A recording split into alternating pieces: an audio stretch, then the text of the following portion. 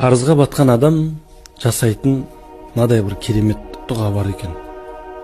Пайғамбарымыз саллаллаху алейхи ва саллям Хазіреті Али радиаллаху анхуға үйреткен бір керемет дұғасының біреусі: ей Али, егер мына мен үйреткен дұғаларды айтатын болсаң, Алла тағала сенің қарызың Ухудтың тауындай үлкен болса да Алла оны міндетті түрде өтейді дейді.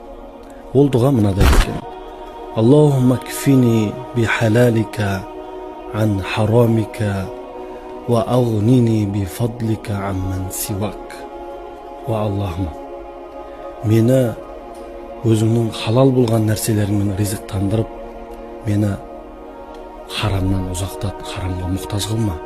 Және мені өзіңнің сый-сияпатыңмен байыт, және мені өзіңнен басқа ешкімге мұқтаж қылма десе, Алла тағала міндетті түрде оның қарызы